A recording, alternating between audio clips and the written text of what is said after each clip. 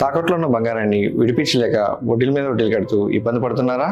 అయితే ఇప్పుడే సంప్రదించండి శివ గోల్డ్ కంపెనీ. మీ నమ్మకానికి మా హామీ శివ గోల్డ్ కంపెనీ. ఇరాన్పై దాడులను ముగించినట్లు అమెరికా ప్రకటించిన కొద్దిసేపటికే ఇరాన్ భూభాగంపై వరుసగా వైమానిక దాడులు జరగడం తీవ్ర కలకలం సృష్టించింది. Iran supreme leader Ayatollah Ali Khamenei అంత్యక్రియల వేళ దక్షిణ ఇరాన్ అంతటా ఈ దాడులు జరిగాయి. ఈ మిస్టరీ దాడులకు ఎవరు పాల్పడ్డారనేది ఇప్పుడు చర్చనీయాంశమైంది.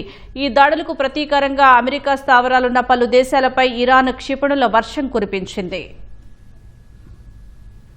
అమెరికా సైన్యానికి చెందిన సెంట్రల్ కమాండ్ గురువారం ఉదయం ఇరాన్లోని 90 లక్ష్యాలపై దాడులు పూర్తి చేశామని ప్రకటించిన తర్వాత అనూహ్య పరిణామం చోటు చేసుకుంది. కొద్దిసేపటికే ఇరాన్లోని బుషహర్, సిస్తాన్, బలూచిస్తాన్ ప్రాంతాలతో పాటు అహ్వాజ్, చాబహార్ నగరాలపై గుర్తు తెలియని యుద్ధ విమానాలు బాంబుల వర్షం కురిపించాయి. ఈ మిస్టరీ దాడులు ఎవరు చేశారనేది ఇప్పటి వరకు స్పష్టం కాలేదు. ఈ దాడులకు ఏ దేశం కూడా బాధ్యత వహించలేదు. ఈ దాడులతో ఆగ్రహానికి గురైన ఇరాన్ అమెరికా స్థావరాలున్న బహ్రెయిన్, జోర్డాన్, కువైట్, ఖతార్ దేశాలపై ఏకకాలంలో భారీగా క్షిపణి దాడులకు తెగబడింది. దీంతో ఆయా దేశాల్లో సైరన్లు మోగడంతో ప్రజలు షెల్టర్ల వైపు పరుగులు తీశారు. కువైట్ లో ఈ దాడుల వల్ల ఒకరు గాయపడినట్లు తెలుస్తోంది. అమెరికాకు సహకరిస్తున్నందుకు యునైటెడ్ అరబ్ ఎమిరేట్స్ భారీ మూల్యం చెల్లించుకోక తప్పదని ఇరాన్ పార్లమెంట్ కమిటీ సభ్యుడు ఇస్మాయిల్ కౌసరీ హెచ్చరించారు.